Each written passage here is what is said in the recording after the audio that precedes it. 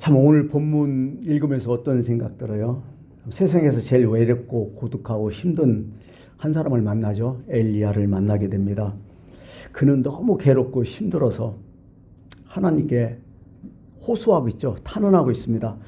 마지막 절에 보니까 그 말이 마음에 들려. 오직 나만 남았습니다. 오직 나만 있습니다. 아주 지금 힘들어 죽을 정도죠. 이거 보면서 전 늘 그렇게 생각해요. 사람은 죽고 싶은 본능과 살고 싶은 본능이 같이 있다. 그런 생각을 해요. 이게 본능이거든, 두 개가. 막 살려고 하는 본능, 죽고 싶은 본능, 이게 동시에 있다는 거죠.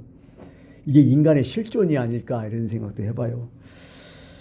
지금 본문 상황은 그렇잖아요. 이스라엘 왕 아합과 이세벨이 아주 막 대노하여갖고 자신을 죽이려고 합니다. 죽여버렸다고 자신의 신들에게 맹세까지 해요. 이것을 알고서 엘리야는 살려고 도망치죠. 자기 사환과 도망치다가 브엘사발에서 헤어져서 자기는 하룻길, 보통 이스라엘에서 하룻길은 32km 보통 그렇게 되더라고요. 광야로 들어가는 거야, 사막으로. 거기서 이제 하나님께 호소를 하는 거죠. 살려고, 자기 목숨 건지려고. 천신만고 끝에 피해서 광야로 들어갔어요. 거기서 하루 있으면서 이번에는 살아나니까 이번엔 뭐라고 해요? 죽고 싶어 하잖아요. 또 힘들 때, 너무 힘들 때는 어쨌든 살려고 하지만은 힘든 문제가 좀 넘어가고 이제 안정을 취할 때 자신을 돌아보니까 이제는 아이를 위하게 또 죽고 싶어 해, 사람이. 이게 죽고 싶은 마음, 살리고 싶은 마음, 이게 왔다 갔다 하거든요, 사람은. 어떻게 보면 그래요. 내가 스스로 죽고 싶은 하나 누구한테 죽임 당하기 싫어, 사람은. 누가 나를 죽인다면 싫어, 일단은. 내가 스스로 죽는 것은 용납하지만은 그 마음이 아닐까 이런 생각이에요. 근데 살고 싶은 욕망, 죽고 싶은 욕망이 왔다 갔다 해, 사람들은. 그 노벨상 아시죠? 알프레드 노벨. 이 사람 별명이 뭔지 아세요? 백만장자, 방랑인, 불황인 이렇게 얘기를 붙여요. 왜냐? 그 다이나마트 만들어 갖고 엄청나게 돈 많이 벌었잖아요. 갑부가 돼버리잖아요. 그런데 이 사람이 한 장소를 정하지 못해요. 원래 이 사람이 스웨덴 사람이잖아. 근데 한쪽에 정착을 못하는 거야. 계속 돌아다니고 막 영국, 이탈리아, 프랑스, 거기 유럽을 막 다 돌아다니면서 결혼도 안 해요. 집도 가정도 아예 없어. 자식도 없겠죠. 그래서 혼자 쓸쓸하게 생애를 맺혀 이탈리아에 가고. 그래갖고 나중에는 백만장자, 방랑인 이런 얘기가 있거든요. 참 아이러니하잖아, 이런 사람들이. 섹스피어가 쓴 햄릿 중에서 4대 희곡 중에서 햄릿이 유명한 대사 있잖아요. To be or not to be. This is a question. 사느냐 죽느냐 이것이 문제로다. 늘 그런 거예요. 우리나라는 이걸 이렇게 표현하죠. 살자니 청춘이여 죽자니 고생이다. 이런 얘기를 쭉 하는데 사느냐 죽느냐 이게 참 우리의 문제가 아닐까 하는 생각이에요. 욥도 그런 생각을 해봤잖아요. 욥이 너무 고통이 심하니까 그런 생각 해봐요. 사람은 고생을 위하여 났나니 불꽃이 위로 날아감 같으니라. 이 인생이 참 고난이다. 어쩔 수 없다. 그러면서 자신의 어떤 상황을 괴로워하잖아요. 매일 욥은 고난당하면서 죽느냐 사느냐 그 싸움을 하잖아요. 이런 싸움을 하잖아요. 지금 엘리야는 어디에 있죠? 호렙산에 있다가죠. 호렙산은 뭐예요? 아주 40일을 도망쳐갖고 아주 더 깊숙한 곳으로 가버린 거야. 그러면서 첫 번째 이런 하나님께 이런 호소를 하죠. 4절에 자기 자신은 광야로 들어가 하룻길쯤 가서 한 노된 나무 아래에 앉아서 죽기를 원하여 이르되 여호와여 넉넉하오니 지금 내 생명을 거두옵소서. 내 조상보다 낫지 못하니이다. 무슨 얘기야? 한마디로 나 지금 죽고 싶다는 얘기죠. 죽여주십시오 이런 거죠. 아주 살기 싫다는 거예요. 너무 힘들다는 얘기죠. 여러분 이런 경험 있죠. 살다 보면 진짜 사는 것보다 죽는 게 차라리 낫겠다. 힘들다. 이런 경우가 있어요. 노인과 바다를 지은 어니스트 해밍웨이가 있잖아요. 이 사람 어떻게 죽었죠? 이게 이 사람은 자살했잖아요. 61세에. 61세에 유서 써놓고 자살했어요. 유서 일부분이 이렇게 공개돼요. 나는 전기의 흐름이 끝이고 필라멘트가 끊어진 것처럼 심히 고독하다. 이렇게 하고서 그냥 죽어요.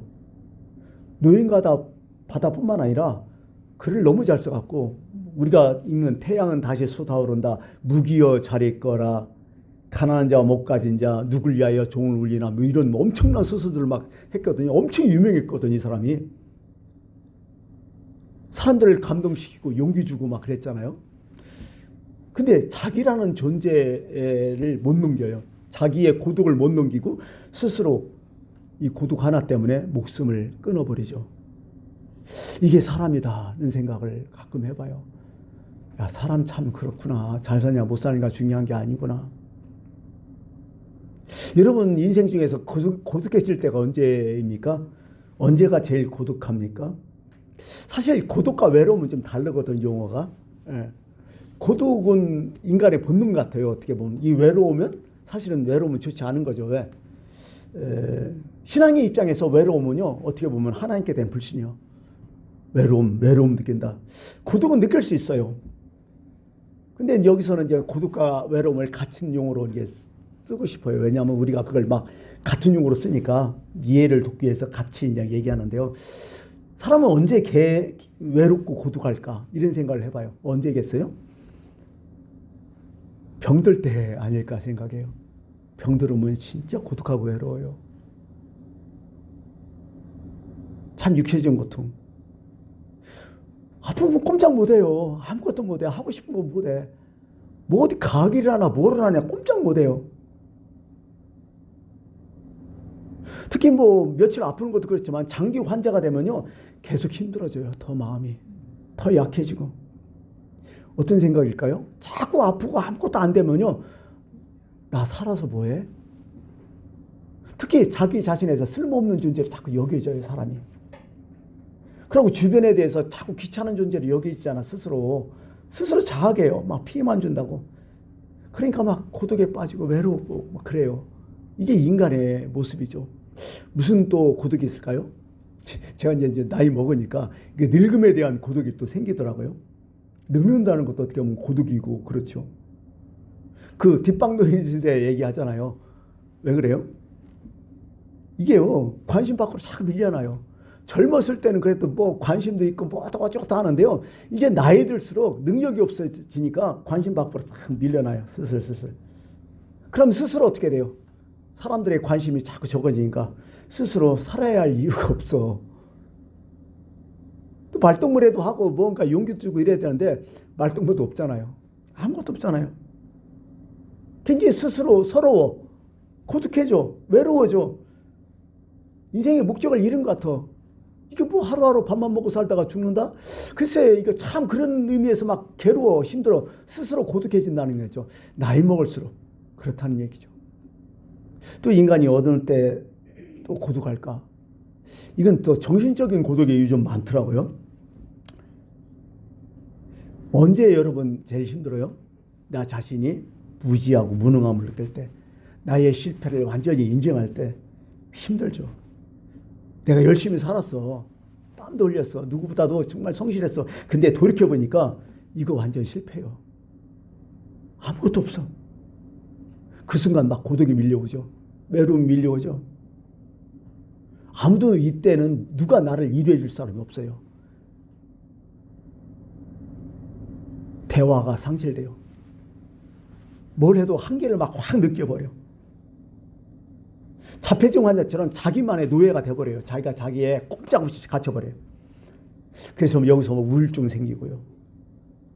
뭐 성격이 막 극단적으로 가잖아요. 조울증이라 하잖아요. 좋을 때는 한없이 좋지만 나쁠 때는 막 한없이 나쁘고 막 하루에 몇 번 왔다 갔다 하고 환당해 사람이. 이런 거죠. 정신적인 어떤 고독이 있다는 거죠. 이렇게 인간이라고. 이게 동물한테 없는 것이 이렇게 인간에게 있어요. 자살을 누가 제일 많이 할까요? 잘 사는 사람, 못 사는 사람 따져보면 지식인 사람, 좀 약간 지식이 아닌 사람 누가 자살할까요? 우리 알잖아요. 잘 사는 곳에서 자살이 더 많고요. 지식인들이 더 자살이 많아요. 참 아이러니해요. 이것도 기죠. 뭔가 더 많이 가졌으면 더 없을 것 같은데 가지면 갈수록 더 고독해지고 외롭다는 거야. 미국에서 이런 통계가 났더라고요. 미국에서 가장 자살률이 높은 집단이 있어요. 어느 집단일까요? 미국에서 가장 자살 많이 하는 집단이 있대요. 어느 집단? 의사들이래요. 의사들. 특히 정신과 의사들이 자살률이 제일 높다고 나와요. 직업별로 볼 때는 이렇게 그렇게 나온대요. 자살률이. 사실 의사하면 경제적인 문제 아무것도 없지. 사람들에게 뭐 존경도 받잖아요. 남 고쳐주니까. 막 사람들이 의사 붙들고 막 살려달라고 하나님보다 더 의지하잖아요. 의사 말은 잘 들으면서 하나님 말씀 안 듣잖아 보통. 그죠? 하나님 말씀 좀 들으라 할 때는 안 듣고 의사 말을 뭐 이렇게 하면 그냥 싹 듣는 사람 있잖아요. 근데 정작 본인은 자신의 고민은 해결할 길이 없다는 거야. 선뜻 의논할 곳이 없어. 남을 가르치고 남을 조언해주고 남을 지도해주고 인도해줬는데 자신은 안 된다는 거예요. 결국 거기서 이제 통계가 뭐냐면 40대 50대에 죽는 의사들 다 거의 자살이래요. 이런 통계가 있더라고요. 참 그런 것 같아요. 남한테는 뭐 어떻게 해도요. 자기 자신한테는 진짜 열등생이야. 이게 인간의 아이러니한 두 가지의 모습이 아닐까 이런 생각이에요. 여러분 신앙에는 또 고독 하나 또 있죠. 신앙인들. 어떤 고독일까요? 영적인 고독이라고 보통 얘기하는데 이런 거죠. 욥을 보면 그래요. 욥이 하나님께 처절하게 호소하며 탄원하잖아요. 13장 욥기 13장 24절에 이런 말씀 나와요. 주께서 어찌하여 얼굴을 가리시고 나를 주의 원수로 여기시나이까. 진짜 영적인 고독이에요. 이건. 하나님께 버림받았다는 생각. 하나님 나 팽개쳤다는 생각. 하나님과 단절되는 생각. 이럴 때는요. 진짜 미치는 거예요. 사람 이거. 이게 욥이 가장 큰 고민과 번뇌였어요. 사실은요. 이거 너무 힘든 거야. 이건. 영적인 고독. 보통 우리는 가인의 고독이라는 얘기가 있어요. 가인의 고독 뭘까요? 여러분 알다시피 아담의 후손 가인이 동생 아벨을 죽여버리잖아요. 아벨을 죽이고 나서 가인이 행복했어요? 오히려 더 불행했어요. 그러면서 막 계속 고통스러워해. 하나님 앞에 이렇게 호소하고서요. 주께서 오늘 이 지면에서 나를 쫓아내시온즉 내가 주의 낯을 배웁지 못하리니 내가 땅에서 피하여 유리하는 자가 될지라. 하나님과 막 단절 딱 돼버린 거예요. 쫓아내버린 거야. 아예. 단절돼갖고. 그렇게 돼버린 거죠. 사실은 어떻게 보면 가인은 뭐예요? 이미 가인은요. 아벨 죽일 때 자신도 죽은 거야. 이걸 몰랐던 거죠. 사람이. 누굴 죽여서 내가 행복할 거면 죽여도 되는데 아니라는 거죠. 그 죽여놓고 자기도 결국 죽는다는 거죠. 빨리 이런 거죠. 오히려 사람들은 성공할 때, 뭐 성취했을 때 그 뒤에 고독에 빠진다는 거죠. 어떤 데는 배고파서 살기려고 막 살기 위해서 버둥버둥하고 난리를 치더니 이제 배불 만큼 먹고 이제 편해지니까 그때부터 자꾸 자살을 생각한다는 거죠. 종교 구할 때 오히려 더 사람은 피폐해진다는 거죠. 공연 후에 고독이 있잖아요. 특히 연예인들, 뭐 정치가들, 권력가들 그런 것들 잘 걸려요. 사람들의 서포트를 다 받으면서 환호와 박수갈채 막 받으면서 난리일 때 그때는 정말 살만하다가 공연이 다 끝나고 텅 빈 무대를 보면서 자기 혼자 남았을 때 자신과의 시간을 마주했을 때 견디지 못한다는 거예요. 희한하게. 그래서 불안감 이걸 해소하기 위해서 양보를 하는 거 아니겠습니까? 오늘 엘리야가 그 모습이잖아요. 영락없이 그 모습이잖아요. 이세벨 아방이 죽이려고 막 난리 나고 막 쫓아다닐 때 어떻게 돼요? 여기저기 막 하면서 3년 6개월 동안 막 쫓아다니면서 잘 버텼어요. 막 신앙 지키면서 막 할 소리 다 하면서 막 지켰어요. 또 두 번째는 당담도 있었어요. 그래갖고 어느 순간에 뭐예요? 응? 그 바알 신당 바알 섬기는 사람, 아스라 섬기는 사람, 제사장들 다 모여라. 한번 대결하자 갈멜산에서. 그래서 450 이렇게 하고 850대 1 딱 해갖고 어떻게 해요? 이겨버리잖아. 거기서 막 불러서 하나님께 응답하니까 이겨버리잖아요. 엄청난 대승을 거둔 거죠. 완전히 그 당시에 그 우상 숭배자들 완전 싹 쓸어버린 거죠. 다 문제가 해결된 줄 알았어. 이제 끝났다. 이놈들 다 했어. 근데 웬걸? 또 문제가 생기는 거예요. 이때 엘리야가 탈진하면서 고민이 되는 거예요. 도망치면서. 사람은 바로 이때 아마 가장 힘들 것 같아요. 다 됐다. 일이 다 끝났다. 이제 아무 문제 없다 했는데 또 문제가 터널할 때 여러분 어떻게 돼요? 아니 우리가 보통 한 방이라 하잖아요. 마지막 한 방 해갖고 정말 한 방 딱 펀치가 끝나야 되는데 상대가 살아 움직이면 그때는 내가 죽잖아. 이런 경우에 이런 경우에 우리 인생 살면서 이런 게 많잖아요. 이제 다 끝났다. 이것으로 한 방이다. 화려한 정정 딱 찍었는데 이게 안 되는 거예요. 그러면서 우리 스스로 느껴, 야 세상 자기 뜻대로 내 뜻대로 안 되는구나. 이거 그때 배우는 거죠. 그때 엘리야가 탈진해서 번아웃 떼버리는 거죠. 그래서 홀로 광야로 들어가는 거죠. 그러면서 거기서 그러죠. 이제 나 혼자만 남았습니다. 어떻게 하면 좋습니까? 이 세상에서 나 혼자뿐입니다. 자기가 자기한테 고립돼 버리니까 이제 도저히 안 되는 거죠. 우리 엘리야를 보면서 우리 심정을 한번 생각해 봐요. 우리가 엘리야로 생각하면 어떤 마음일까요? 깊고 깊은 수렁에 빠진 이유가 뭘까요? 그래요. 자기의 능력의 한계를 딱 느꼈을 때 사람은 고립돼 버려요. 그때 고독해진다고요. 진짜 최선을 다해서 성실했어. 모든 애를 썼어. 이제 다 끝났다고 하는데 이제 아닌 거예요. 해보니까 또. 별 도리가 없다는 거죠. 이때는. 또 두 번째는 뭘까요? 사절 보니까 이런 말씀 있잖아. 나는 내 조상들보다 낫지 못하나이다. 생각해봐요. 누구 비교 심리 때문에도 더 괴로운 거예요. 내 윗 조상 아브라함, 이삭, 야곱, 요셉, 모세, 요수아, 사무엘 같은 인물을 비교해 나는 진짜 아무것도 아닌 존재예요. 그럼 나는 부족합니다. 내가 이런 존재였구나. 자기에 대한 실망감. 또 한 가지 자기를 또 다른 사람들에 비교해서 또 과장을 해요. 10절에 보니까 내가 만군의 하나님 여호와께 열심히 유별하오니 나만 특별했다는 거죠. 나만 열심히 믿었다.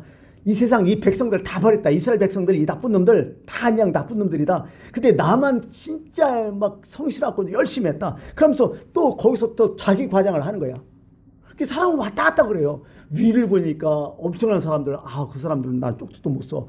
밑에 보니까 결국 그러나 그들보다 난 나서 이런 갈등을 느끼면서 자기가 스스로 어떻게 해요? 고독을 자꾸 느끼는 거죠. 이제 와서 보니 뭔가 내가 사람보다 더 낫다고 생각하는데 이세벨의 권력 앞에서는 내가 쪽을 못 써. 이게 뭐냐 도대체. 고독감이 있죠.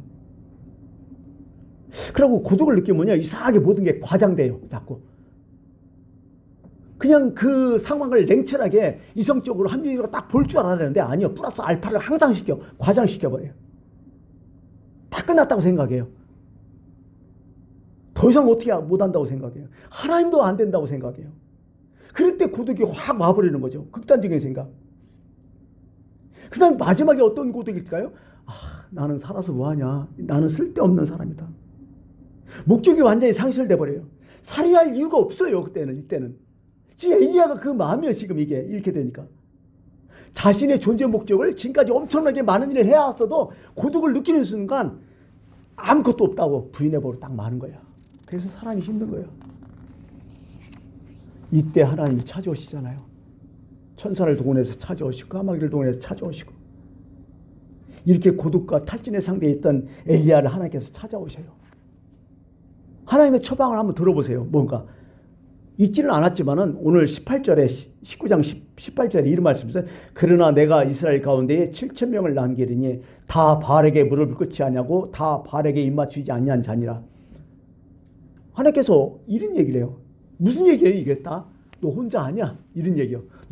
나 혼자만 남았다고 생각하는데 하나님은 너 혼자만 있는 거 아니야? 아직도 7,000명 남겨뒀다. 동력자들이 있다. 내내 갇히지 말아라. 네가 모르고 있을 뿐이지 나는 다 준비하고 있다. 이 얘기를 하나님께서 얘기하시는 거죠. 너만 모르고 있다.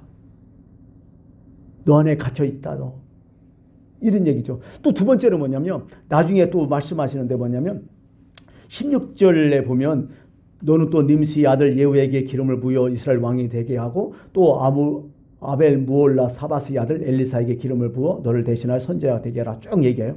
야, 다음 후계자가 있어. 너 아니면 다음이 있어. 네가 아니면 네 자식이 있어. 예인교회 좀 어렵죠. 근데 저는 한 가지 또 희망이 있죠. 나 아니면 내 후계자가 있겠구나. 이런 마음이 들죠.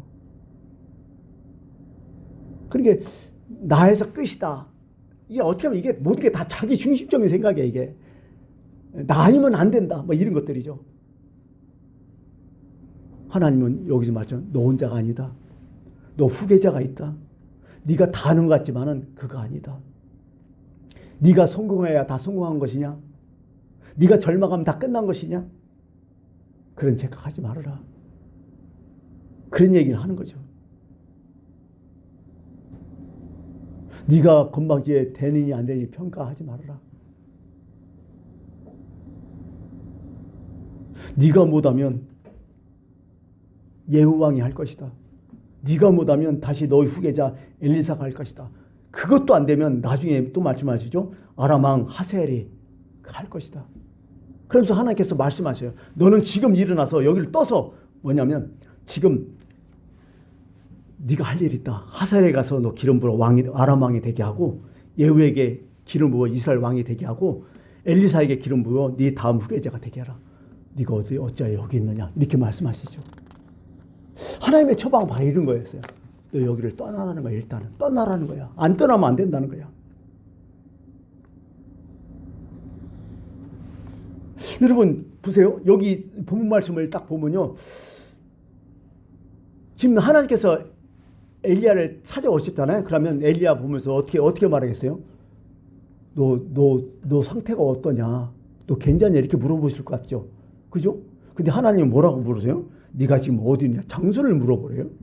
이것도 참 그랬어요. 나는 상식적으로 좀 안 맞는 거예요. 그죠? 그런 어떤 그 사람의 상태를 물어야 할 거 아니에요. 지금 너 건강하냐?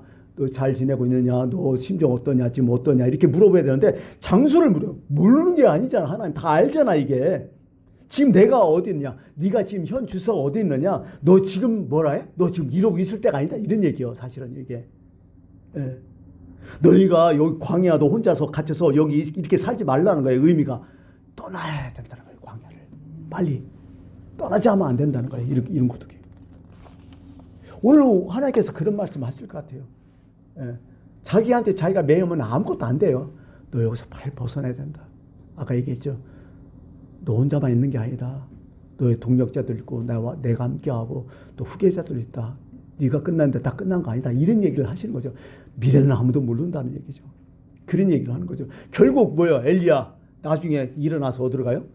결국 하사엘에게 기름 부어갖고 아람왕 해갖고 나중에 그 뭐 이세벨 박살났잖아. 예후 어떻게 했어요? 이세벨의 족속들 완전 씨를 다 말려 죽이잖아요. 엘리사 어떻게 했어요?